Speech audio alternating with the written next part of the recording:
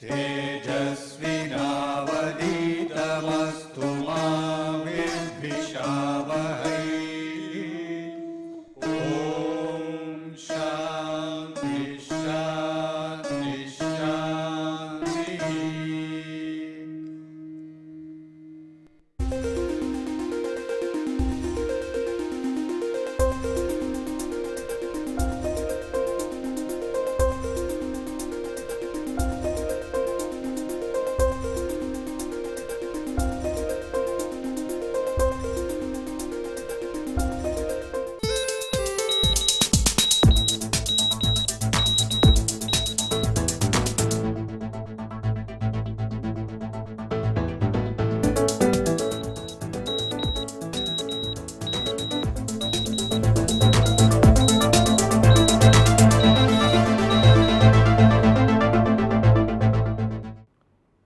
Hello everybody.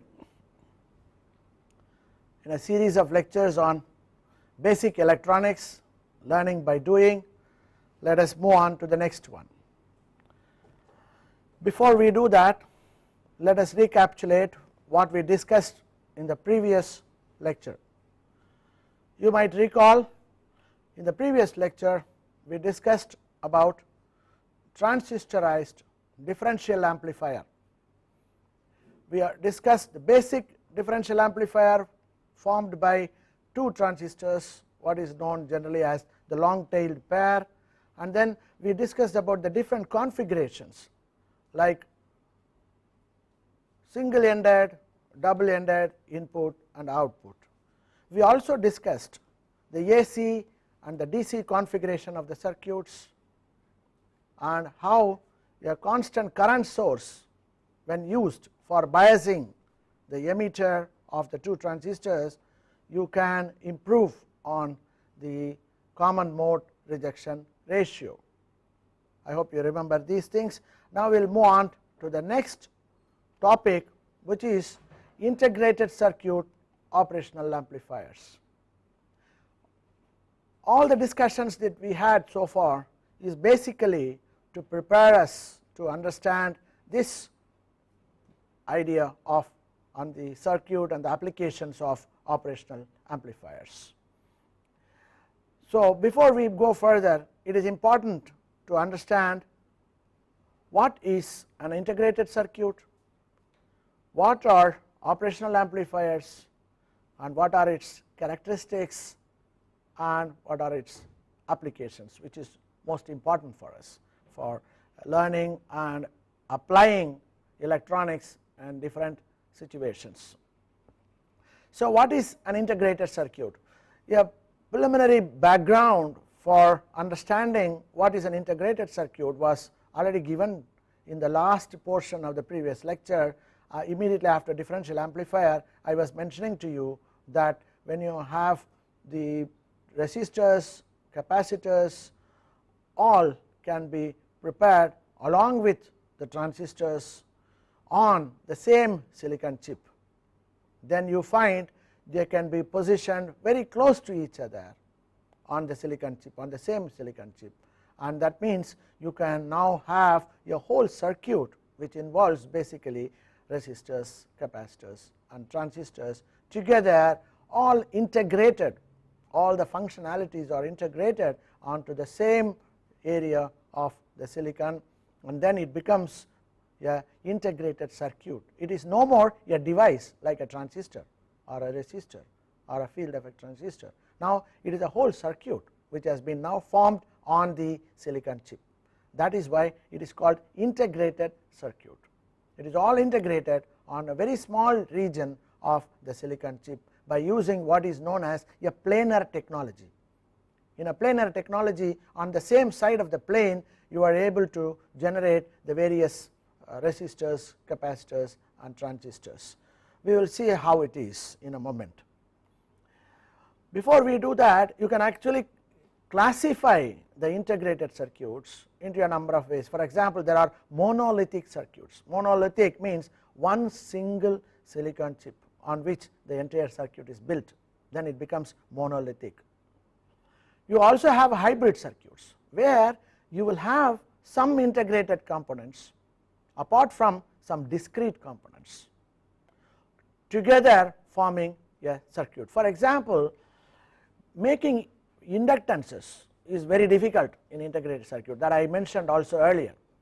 Therefore, if I want to make a LC oscillator, I can actually integrate all the rest of the components onto the same silicon chip, and then also have the inductance alone put as a separate unit, discrete unit, along with this silicon chip, then form together, they together form whatever oscillator that you wanted to design.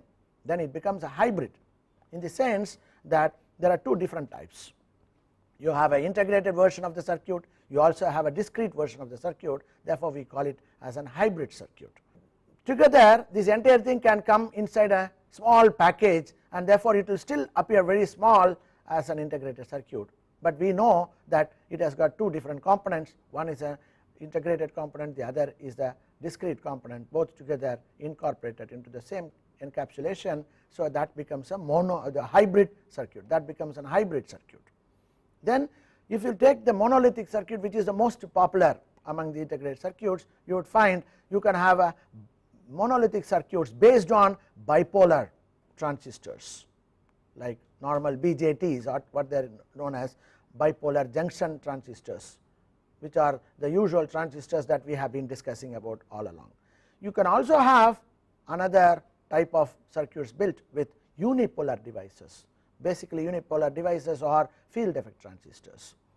Even among the bipolar, you can have in the design, actual design of the integrated circuit, there could be a difference. For example, there could be a p-n junction isolation or dielectric isolation. Let me not go deeper into that. Similarly, in the unipolar, you can have two different things: MOSFET, metal oxide semiconductor field effect transistors, or you can have junction field effect transistors integrated into the circuits. So the MOSFET, is the most popular among these two, and for several reasons. So you have different classification of the integrated circuits, and then you also have another type of classification in terms of the number of components that are integrated into the same silicon chip.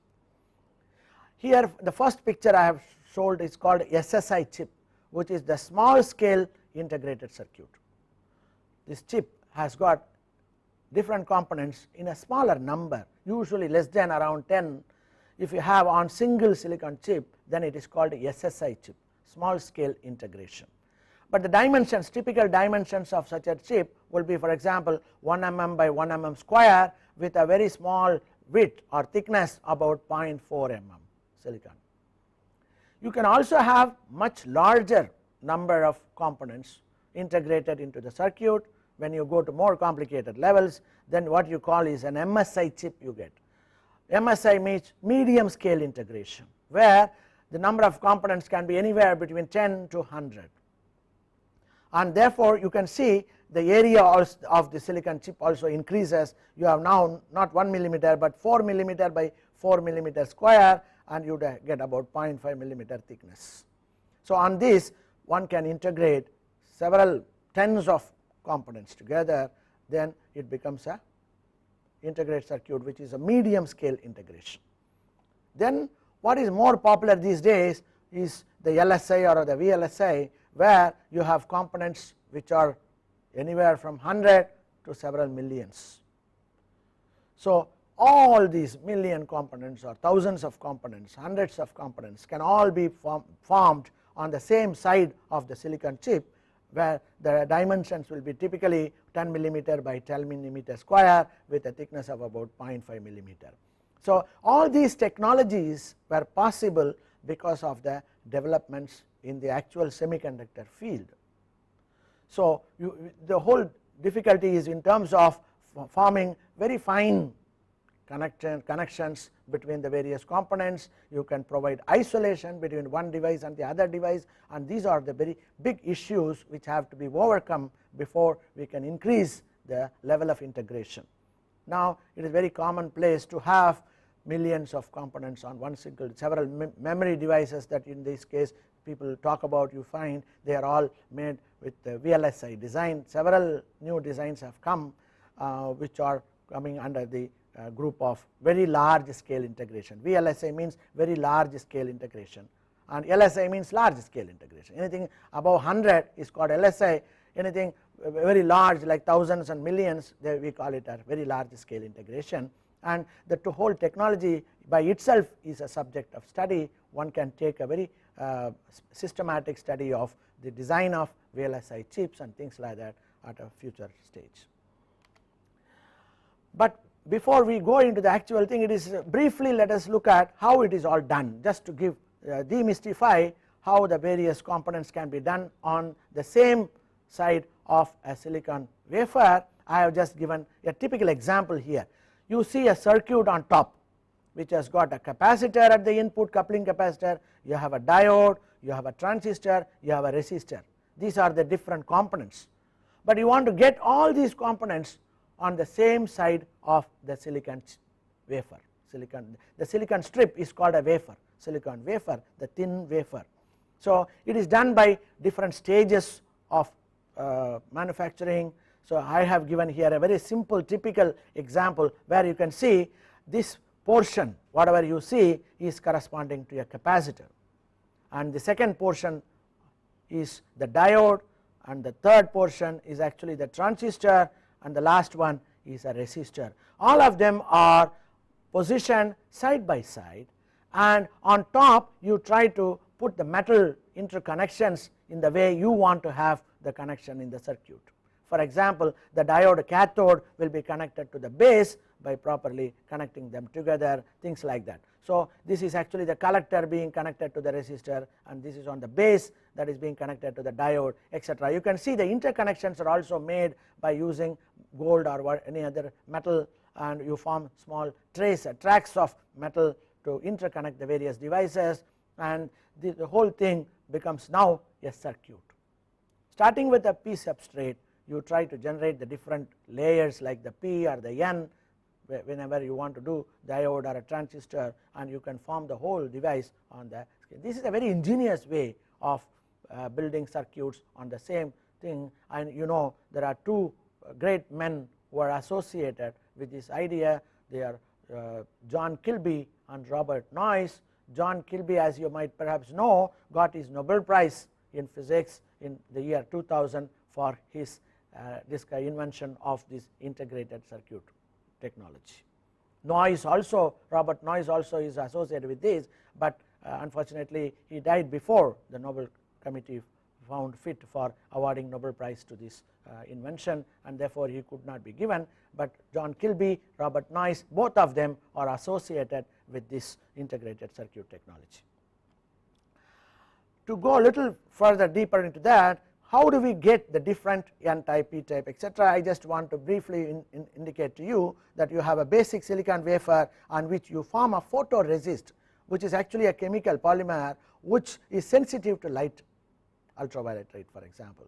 So you form a very thin layer by what is known as a spin coating over about 5000 to 1000 angstroms, very small thin area. 1 angstrom is 10 to the power of minus 8 centimeter or 10 to the power of minus 10 meter, and so this you have on the silicon wafer a small layer of silicon dioxide oxide layer, which is called an insulating layer, and over which you put a photoresist film, and then you put a mask on top where you want no device, and where you want the device you don't put any mask, and you expose it to an ultraviolet radiation. Then wherever the light comes, you would find that, for example, in this region there is no mask, and therefore you get the ultraviolet rays reaching here, and they react with the photoresist film, and when you develop it like a photographic film, you would find these things will go away and they will expose the rest of the region below it. Whereas in this place you have put a photo mask,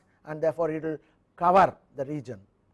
So then you can actually etch. When you put an etchant here, you would find the etching will happen only in the place where there is the mask, and in all other places there won't be any etching. So thereby you can form different patterns, very sharp fine details on the silicon chip, and therefore you can have different types of devices developed over this. Let me not go too much deep into that, but I just want to show you another picture here where we have shown actually a transistor.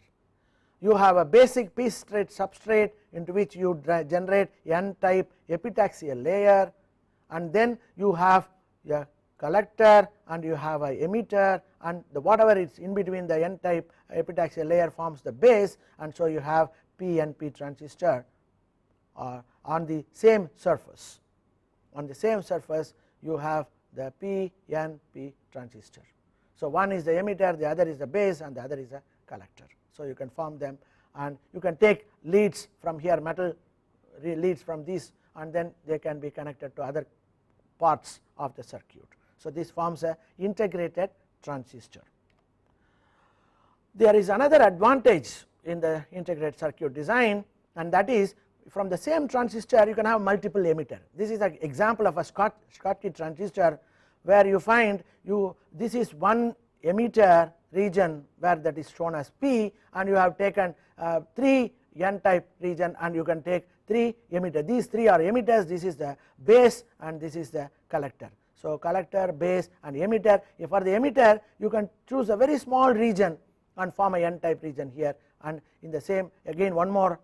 So you can have multiple emitters formed on the same P region, and thereby you will get multiple emitters. That is what is shown here. So this is one great advantage, especially when you go to logic circuits and things like that, you require multiple inputs. ICs, they will look very similar to transistors. For example, I have shown here different types of encapsulation, how the IC is mounted. For application, you have to take the small silicon chip, mount it onto a package, and then take the leads to the pins of the package, so that externally you can put them in a given circuit and form the different application circuits that you want. Otherwise it is very difficult for us to use in the lab. So here you have got 2 different packages I have explained to you here. The one is the metal can package, which is basically like your SL100, with which I showed some demonstrations earlier, the TO5 transistor outline 5 style of package with 8 leads for the case of an operational amplifier, for example. So it is an 8-pin metal can with a tab. There will be a small projection in the metal can, which gives us the idea of where from it starts as some reference point. I have shown the bottom view of the same metal can here. You can see this is the tab, and you have got various pins here. All the pins are designated with reference to, for example, this is a voltage, this is an output point, this is an offset null, V minus, non-inverting, inverting, etc. And this is a symbol for op amp. You have already seen also when we discussed about difference amplifier. So this is one metal can. The other one is a mini dip, DIP. DIP means dual in line package. So you have one line of outputs here and one more line of outputs on the opposite side parallel to each other. This we call dual in line plastic package. There is a plastic cover put on the silicon chip, and the various contact points are taken from the silicon chip to the small pins over here, 4 plus 4, 8 pins as the case may be, and you can form different circuits with encapsulated in plastic mini dip. So you can see here the corresponding pin diagram. These are all usually from the top view. So you have 1, 2, 3, 4 from the top. You have to look at this, and to identify that usually you will have a indentation here. That is what is shown here, small cavity here. That cavity will come at the top here, and that shows that to the left of that is 1, 2, 3 when you look from the top side. This is mini dip. To just give you an idea, I have brought here 2 devices. I hope whether you can see it now. You would be able to see I have brought 2 such operational amplifiers, one on a metal can, another on a plastic dual inline package. You can see here on the screen, this is a metal can TO5 package. It has got 8 pins, and the other one is actually a mini dip, 4 plus 4, 8 pins are there. This is also an operational amplifier. So this is an operational amplifier, this is also an operational amplifier. Both are integrated circuit 741 operational amplifier, which is one of the very popular operational amplifier. If you look at the sides, you will be able to see the pins here. there are several pins over here. Similarly, the 4 pins on one side you are able to see, right.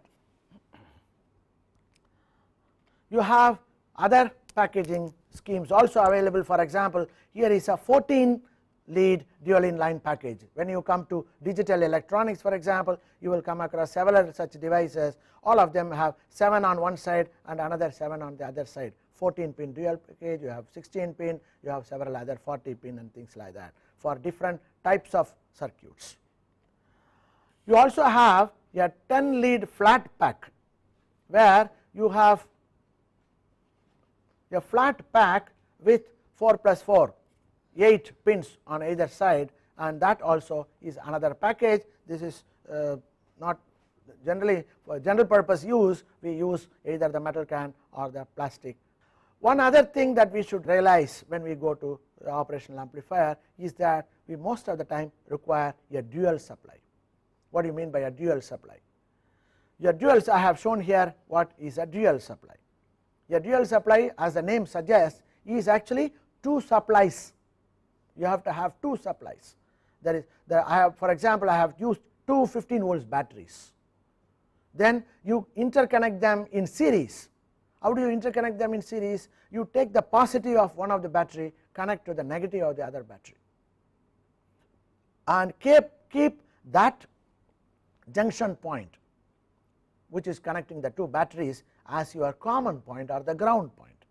So if you now look at this end of the battery, one of the batteries, this is grounded, that means the negative is grounded, and therefore it becomes a plus supply, plus with reference to ground. If you look at the other side, you find the plus end of this battery is connected to ground, and therefore what you get is a minus supply with reference to ground. So you have now 3 terminals from 2 batteries. One is the plus terminal, the other is the minus terminal, the third one is the common terminal, which is the 0 terminal. So with reference to the 0, this end is plus 15 volts, this end is minus 15 volts. So we require this. I have shown here a very simple picture where the op amp, the symbol is shown here, is connected to V plus and V minus are now connected to 2 batteries in the way I showed you here, and the center point is maintained as the common ground, and you have plus going here and minus going here. This is what we call a dual supply. You require a dual supply so that you can have large amplitudes of signals amplified by the operational amplifier when you have AC signals. But we normally in our circuits, when we draw different circuits with operational amplifier, we will not show this power supply connection in detail, because this is understood. That is why I spend a lot of time explaining to you how to do this in actual situation by using 2 different batteries, so that in future we need not worry about this, everybody knows, and so we will just show that there is one V plus and one V minus. That obviously means there is also a common ground. So this will be the symbol that we will be using when we describe different circuits using op amp. But if you find in the lab you do not have a dual supply, you do not have 2 different supplies which are having floating terminals not connected to any common or ground. If you do not have such, then it becomes difficult. How do you generate a dual supply? I have given a couple of suggestions here. You can see if I have one single power supply, I can put 2 resistors R and R, reasonably large value resistors, and keep the center to a ground, and then you find with reference to this ground, this end will be half the voltage of Vs by 2, and this end will be half the voltage on the other side minus Vs by 2. So you find I can have additionally some capacitors here, so that takes care of any transients, and therefore you would find when I have such an RC combination parallel connected together and the center connected to ground, I can have plus Vs2 and minus Vs2 corresponding to the Vs that I use, and this can be used in our operational amplifier circuits. The other way to do that is use the same Vs supply and introduce 2 Zener diodes.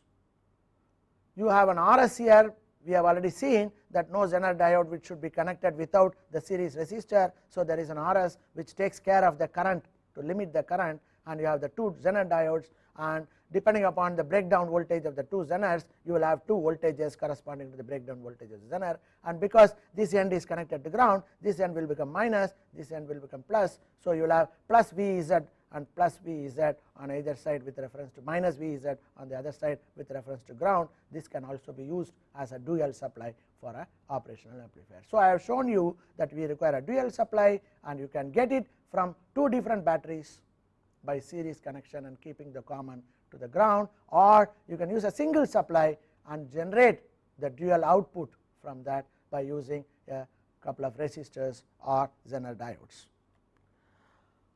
Okay. You can also, this is another example of obtaining dual supply. I will not spend too much time on that. I will explain to you different types. Now let me move on to show you, not to frighten you, but to indicate you the importance of the actual circuit inside the operational amplifier. I talked to you about the operational amplifier 741. This is a typical schematic diagram, circuit diagram of the 741 operational amplifier. There are some striking things that I wish you recognize immediately on seeing the picture, and that is, you find you have more transistors. You have really, the transistors are numbered here, Q1, Q2, Q3, Q4, etc. You find the last transistor is Q20. That means you have 20 transistors in the circuit. And if you look at the resistors, you would find there are only up to R11. So you have only about 11 resistors, 20 transistors. You have more transistors than resistors. And do you have any capacitors? Yes, you have only one capacitor at the center, which is actually a compensating capacitor, frequency compensation. So you find you have 20 transistors, about 11 resistors, and one capacitor. So this is in a striking contrast to what you normally come across in discrete electronics. In discrete electronics, you would find you will have very few active devices, you will have more number of passive devices like resistors and capacitors. On the contrary, when you come to the integrated circuit, you find you have more number of active devices and less number of passive devices. This is a very important characteristic. This is due to the basic technology itself, and that is one of the reasons you would perhaps realize that learning integrated circuit operation amplifier can be very exciting, because you can start afresh. The whole technology, the design of circuits, everything has to be completely different from the philosophy that we normally follow when we make discrete circuits with different transistors, etc. So this is what I wanted to show it to you, and later on we will try to understand some of the basic ideas in this. To make things simpler to you, I have shown this in the form of a block diagram. Basically, the operational amplifier will have a differential amplifier at the input, because you cannot have capacitors, large value capacitors in integrated circuit formalism. Then you go for a differential amplifier, which again looks only for the difference in signals, and therefore it will eliminate the common DC signals from coming from one stage to the other. So you have a differential amplifier as the first stage, and you can have some additional stages of gain, and finally you have a class B push pull emitter follower drive circuit for driving the loads across the amplifier. So this is a general block diagram. You can see that simple diagram is the simplification of what you saw previously in the earlier style, which has got 20 transistors, 11 resistors, capacitors, etc. But as far as a given circuit is concerned, when you want to analyze a circuit, it is much simpler to look at an amplifier, be it a normal amplifier or an operational amplifier. You know, every amplifier at the input side will have one simple Rin resistance, input resistance, and at the output side I can isolate and replace it with a voltage source, where the voltage source is given by AOL into V1 minus V2. There are two voltages V1 and V2, because it is a difference amplifier at the input stage. It is the V1 minus V2 which matters, and that is multiplied by a gain factor, AOL, gain open loop, and that becomes a voltage source for the output side, and you have a small resistor in series which is called the output resistance. So this is a very simple diagram or the equivalent circuit of an operational amplifier when you want to analyze the various configurations of the op amp with the external resistors, capacitors, etc. Okay, what are operational amplifiers? Let us start looking at in some detail. Operational, the name itself suggests that they are capable of performing mathematical operations. That is why they are called operational amplifiers. These were the heart of analog computers in those days. We have plenty of analog computers in those days. Now we have most of the computers digital computers. So these analog computers, some of you may not have heard of them. They used to have large number of these operational amplifier. They would perform different types of mathematical operations like the multiplication by a constant, summing amplifier, difference amplifier, integrating circuit, differentiating circuit, and things like that. Several of the mathematical operations can be performed electrically on electrical voltages, electrical signals, and that becomes very useful. How? We would see now. Basically, they are very high gain amplifier, DC amplifier. They are very high gain DC amplifier. How an analog circuit works? I will briefly give you a simple introduction. Any physical phenomena can be represented by a mathematical model. We all know that. When usually in the form of a differential equation. If I want a heat conduction in a metal, it can be very easily written in the form of a differential equation, where you can introduce some boundary conditions with reference to the source and the boundaries of the metal and things like that, and you can solve and get complete information about the distribution of heat and the temperature and things like that. So you have to have, for every physical phenomena, in principle one can obtain a mathematical model, and that mathematical model, if it is in a differential form, many physicists will be very happy, because differential equations can be very easily solved, and you can impose some of the boundary conditions and try to realize the actual situation with reference to the model that you have looked at. If the differential equation can be solved electronically, it provides you an additional feature. Then what happens, for every electrical parameter you can associate an actual physical parameter in the real world, and thereby instead of building different designs in the real world, you can build a simple circuit which involves only inexpensive components like resistors, capacitors, and voltage sources and things like that, and you can form your differential equation out of that and try to solve the differential equation electrically and measure the different voltages, and you would be able to understand, relate those values, magnitudes, to the actual magnitudes of the parameters which they are representing in the electrical analog with reference to the real physical world. For example, I have just discussed here in a simple way that if you want to study the radiation leak from a nuclear power plant, maybe Kalpakam or whatever, through a concrete wall, we are worried about radiation leakage from the reactor. So what is that we have to do? We can always write an equation corresponding to the thing. So we want to know what thickness will be able to optimize the radiation leak from inside. So in a very simple way, the radiation source is inside. You have a concrete block which is a wall, and you have an outside world in which you want to detect what is the radiation leak still persisting after passing through the concrete wall. This can be very easily equated to a voltage source connected to a series resistor, and then you are trying to find out what is a potential drop through the resistor at the end of the resistor in a circuit. So it is a very similar situation. If I increase the magnitude of the resistor, more will be dropped across the resistor and less will be available at the output terminals. Similarly, if I have bigger concrete wall, thicker concrete wall, the radiation coming out at the end will be much smaller in magnitude perhaps. So you can see now the radiation source can be equated to a voltage source, the thickness of the wall can be related to a resistance, and what you get at the output will correspond to the leak that happens. In this case, the measured voltage at the output can be related to the radiation leak at the output. So this is a very simple scheme to show you that an electrical analog can be built to a real world situation.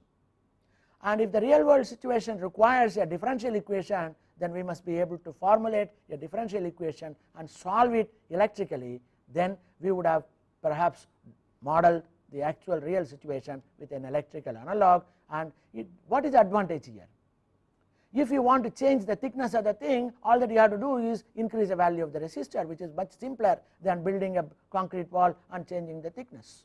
And therefore, the cost of trying out modeling or prototyping becomes very simple. You have to have only very inexpensive components like resistors, capacitors, and you would be able to model the actual real world situation with this.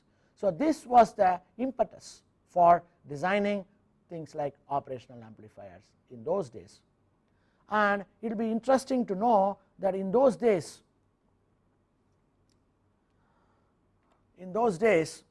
the operational amplifiers were designed with vacuum tubes and transistors even. But with the development of the integrated circuit technology, nowadays all the op amps are in the IC form. They are very small in size. There are several advantages. They operate at very low voltages, very low power levels, whereas if I have vacuum tubes and transistors, sometimes for example I have to operate them at very high voltages like 100 200 volts, and in the case of transistors I should apply 20 30 volts. In the case of op amps, you can have even 1 volt 2 volt operational amplifiers which can operate on very low voltages and very low power levels. This, apart from this advantage of miniaturization and power supply and things like that, you also have several additional features when we go to operational amplifiers. One of the important feature I would perhaps briefly mention is the reliability of the performance of the op amps improves because you have made them in integrated circuit form. Why is it so? This is not difficult to understand. The devices are integrated on a silicon. I have shown you 20 transistors, 11 resistors and 1 capacitor, all integrated in a very small region of less than 1 millimeter by 1 millimeter square. And therefore, what is going to happen? What is the advantage of that?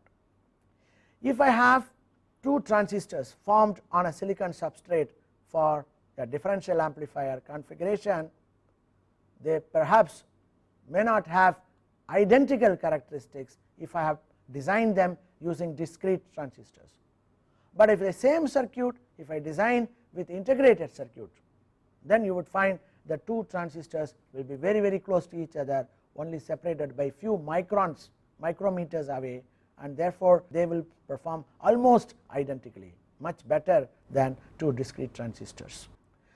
This is because even if the discrete transistors are obtained from the same batch while manufacturing, you would find they would have been formed at 2 different points in a furnace.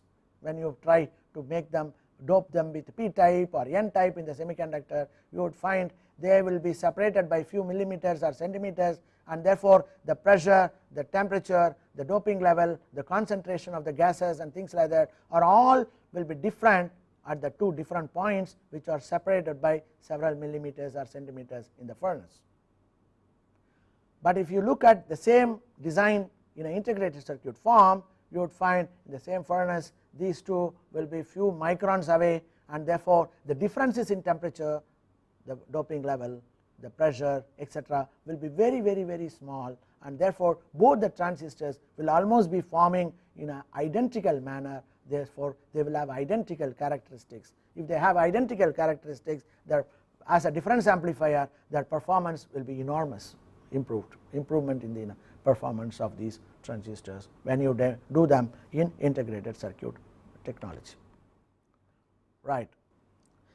So an operational amplifier which started with an application for the case of analog computers, when they came in a very tiny form with excellent performance characteristics, people found that it is very useful beyond the levels of integrated analog computers and things like that. So every designer who wants to design quickly some good amplifier for his instrumentation application or medical application or aerospace application or whatever you have, then you would find those people, the first choice will be to buy an integrated circuit operational amplifier and use it for their own applications.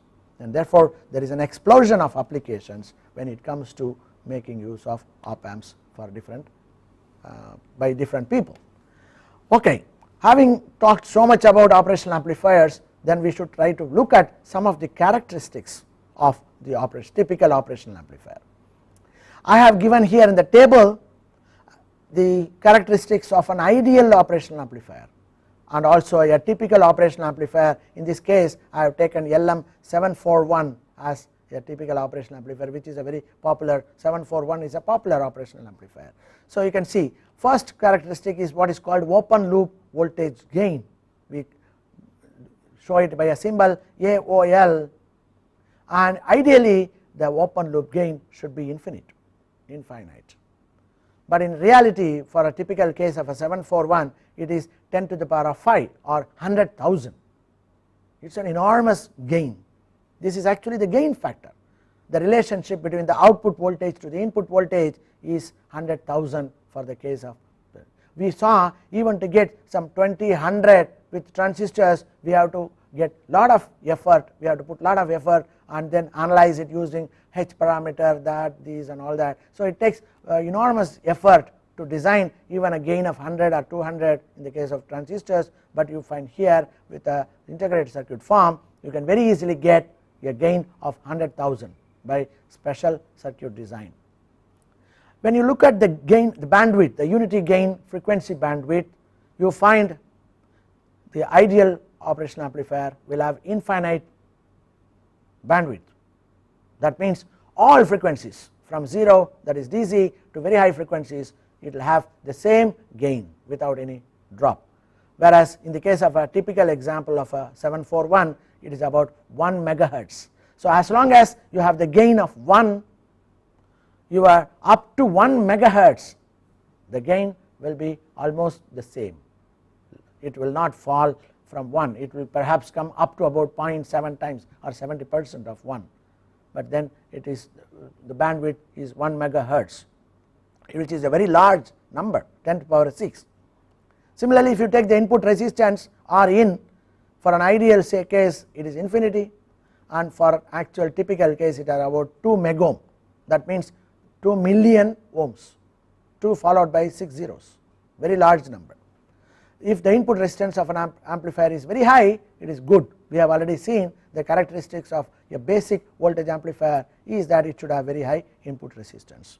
Similarly, output resistance of an amplifier, operational amplifier, in a typical case, in an ideal case it should be 0. In an actual case it is about 75 ohms, which is reasonably very low, few ohms only, and therefore you find this is a device 741 typical device which is very close to the ideal situation. 100,000 is almost very large, 1 megahertz is about 1 million times, and 2 megohm is again 2 million, very large, and 75 ohms is very small in terms of magnitude, and therefore you find operational amplifiers are much closer to an ideal situation than your transistors, which are non-ideal devices, and that is the reason why you have to model them by different ways. You can do it in different ways, you can do H parameters, R parameters, Y parameters and things like that, and even then you find you have to incorporate number of approximations to analyze, because otherwise the circuit analysis becomes very complicated, whereas here it is very simple because it is very close to the ideal situation. There are other parameters like input bias current, input offset current, input offset voltage, etc. We will discuss at a later stage in detail about some of these things. If you look at the ideal situation, you find they will either be 0 or infinity depending upon the characteristic, whereas in a typical case these are some magnitudes, 80 nanoamperes for example input bias current, input offset current is about 20 nanoamperes, input offset voltage is around 2 millivolt, common mode rejection ratio is expressed in dB, decibel, which we have already seen is around 90 dB, which is 80 dB is 10 to the power 4, so it is about 10,000 times or more 90 dB. Okay, we will try to look at in some detail now. Ideal op amp has infinite input impedance. Of course this is understandable, as I already mentioned to you, because this will make the entire signal, when I apply a signal from a signal source, the entire signal should be applied across the amplifier. I do not want anything to be lost, but you know all sources will have a source resistance or source impedance. So this voltage will be now applied across not one resistance or one impedance, but two impedances. One is the source impedance, the other is the input impedance of your amplifier. Only when the input impedance of the amplifier is very large compared to the source impedance, you will find the entire signal voltage will be applied across the amplifier terminals. Therefore, it is in principle we do not know anything about the input source, and therefore it is better to design an amplifier which has got very large input resistance, so that it will take care of any kind of source even if it have very large input impedance. Because your input impedance of the amplifier is very large, you would be able to manage and get all the signal applied, most of the signal applied across the input terminals of the amplifier, and thereby you will be able to get the entire voltage. So this is understandable why the input impedance of an ideal amplifier should be infinity, or in the typical case it is about megohms, 2 megohms or something. So that is clear. The output impedance of an ideal amplifier is 0. This is also is understandable because the output of an amplifier is used to drive a load. When you want to drive a load, then your source impedance from the source, your amplifier output now becomes a source, and therefore the source impedance should be very minimum, then only the entire voltage will be across the load, and that way the output of a operational amplifier should be an ideal voltage source with 0 internal resistance, and that is why the output impedance of an amplifier should be minimum. Usually ideally it is 0, in actual case it is about 75 ohms.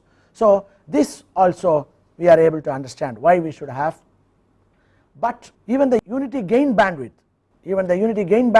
should be infinity. We can understand, we want amplifiers which will amplify all signals irrespective of the frequency, whether it is low frequency, high frequency, it should amplify by the same extent, by the same magnitude of the gain. It is always very difficult to realize such amplifiers, we all know that every amplifier will have a finite bandwidth. So in principle ideally we should have infinite bandwidth, understood. But why should the gain of an operational amplifier, ideal operational amplifier, be infinity? Why should it be infinity? Or why should a typical operational amplifier should be very large, 100,000, why not less? There is also a term I used for the gain.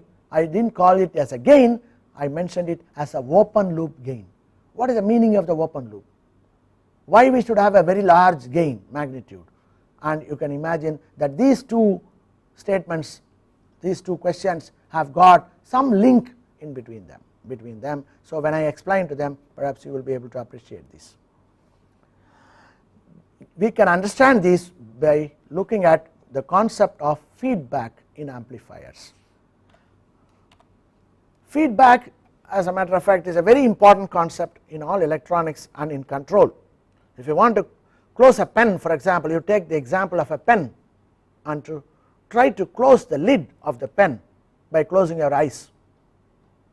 I can assure you, if you keep trying, you would find it is very difficult to close the pen exactly to the nib. That is, you just take the pen, you open up the lid, close your eyes and try to match them. You would find you will always miss. You will not be able to do that unless you see them with your eyes, and then you will move automatically, your hands will get the message because your eyes are seeing your movement of the hands. They will inform the brain how your hand is moving, whether it is moving in alignment or not, and then the hand will be automatically given the command by the brain to move and close it correctly. Here is a case of biofeedback. The pen and the hands are coordinated through the signal obtained through the eye to the brain, and so the brain is able to control using the feedback that it obtains from the eye, through the biofeedback. And therefore feedback is a very essential, important, innovative concept in all electronics, and that is one of the very important thing that perhaps we should now look at. Feedback is employed in an amplifier also. What do you mean by feedback? You have to take a small fraction of the output voltage and apply it at the input along with the signal. When you take an amplifier, give an input, you get an output. So take the fraction of the output and then give it along with the input, then you have given a feedback. You are feeding it back into the input. this feedback can be of two different types. One corresponds to negative feedback when the output is not in phase, as actually it is out of phase with the input, and you have another feedback which is called positive feedback, where the output voltage is in phase with the input voltage. So you have two different types of feedback, negative feedback and positive feedback. Positive feedback in an amplifier will in general lead to oscillations. So when we discuss about oscillators, we will perhaps go much deeper into positive feedback and show you the consequences of what positive feedback, how positive feedback can be exploited to design different types of oscillators, etc. But right now we would concentrate more on negative feedback. So what do you mean by negative feedback? Once more, I take the fraction of the output and connect it at the input out of phase with the input signal, 180 degrees out of phase. So if the input is increasing, the output will be decreasing, the feedback voltage will be also decreasing, then it becomes a negative feedback. You can immediately realize when I do that, some of the input voltage will be cancelled by the feedback, and therefore the actual input voltage which is applied to the amplifier will be decreasing, and therefore the gain will also decrease. You can intuitively guess that when you give negative feedback, the gain will decrease, and it is indeed true that when you give negative feedback in an amplifier, the gain will decrease. So though you feel that this will be disadvantage to the amplifier, because you do not want the gain to decrease, you want the gain to be more, but you can see this is a great advantage in several other parameters of an amplifier, like input impedance, output impedance, bandwidth, distortion. All these characteristics will enormously improve depending upon the degree of feedback that you give, amount of feedback that you give. The more the feedback that you give, more will be an improvement in input impedance, output impedance, bandwidth, distortion, all those things. So therefore people are very much interested in introducing feedback, that to negative feedback in amplifiers, to improve the characteristics of the amplifier. That is one of the reasons why we want to have very large gain for our amplifier. I will explain to you in a minute now. I have here on the screen, you can see an amplifier with a gain A without any feedback. You have an input terminal, you have the output terminal. Then what we do is take the output terminal in parallel and connect to a network here. B is another box with a network there, which is a fraction, beta is a fraction. So a fraction of the output voltage will be taken, which is called Vf, the feedback voltage, and that is given in opposition to the input voltage. This is plus minus and this is minus plus. So when it is given in opposition, what will be the balance that is applied across the terminal? I call it V epsilon, and that is what is actually applied now. So what is Vf? Vf is actually beta times V output. It is beta is less than 1, it is a fraction, and therefore a fraction of the output is given as the feedback voltage Vf, and the V epsilon, which is a voltage actually connected across the amplifier. Our amplifier is what I connect outside, V in minus whatever I have given as a feedback Vf, because they are in opposition, 180 degrees out of phase. But Vf is beta V naught, therefore I substitute here V in minus beta V naught, and we also know from this amplifier characteristic V output is A times V epsilon, which is the actual input connected at the terminal. So V output is A times V epsilon, and V epsilon is V in minus beta V naught. When you rearrange them, you would find V naught by V in, which is the gain of the total amplifier including feedback. I call it AF, A with a suffix F. This is the amplifier gain with feedback, and that is equal to A by 1 plus A beta. This is what I get, an expression for the gain of the amplifier with feedback, with negative feedback. If it is a positive feedback, this plus sign will be minus, where AF is the gain with feedback, A is the gain without feedback, which we call open loop, because there is no feedback loop. This is a feedback loop. This loop is, when it is missing, then we call it as an open loop. and beta is a feedback ratio. I already told you beta is always less than 1. So now what will happen in the limit a tending to infinity? When a tends to infinity, a by 1 plus a beta will almost be equal to 1 beta, 1 by beta.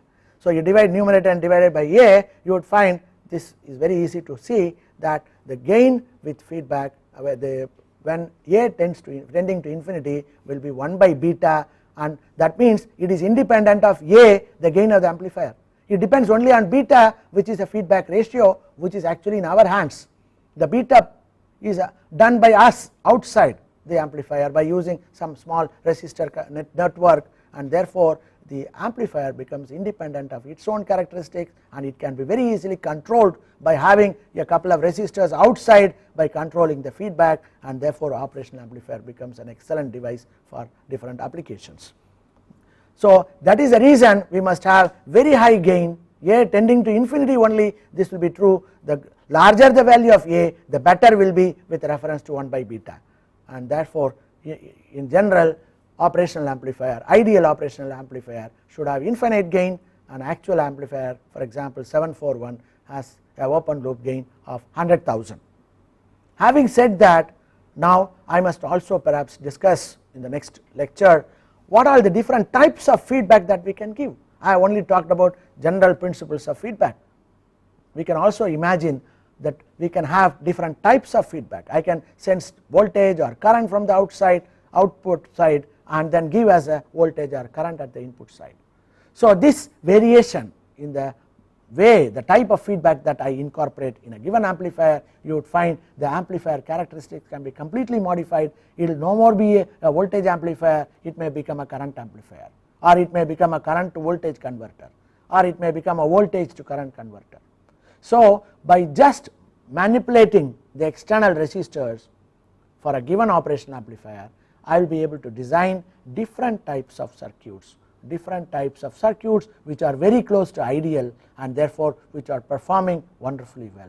All these are possible by the simple device that I have, which is called operational amplifier, which in principle from the market you will get it for about 5 to 10 rupees or so, not very expensive, and with that you can try to build different type of exotic circuits for different types of applications. So we will discuss in the next class, for example, about the different types of feedback that we can give, and we will try to incorporate the different feedbacks and try to see what results from that type of a feedback, what type of a circuit, what type of characteristics we achieve by giving such feedback. We will discuss next time. Thank you.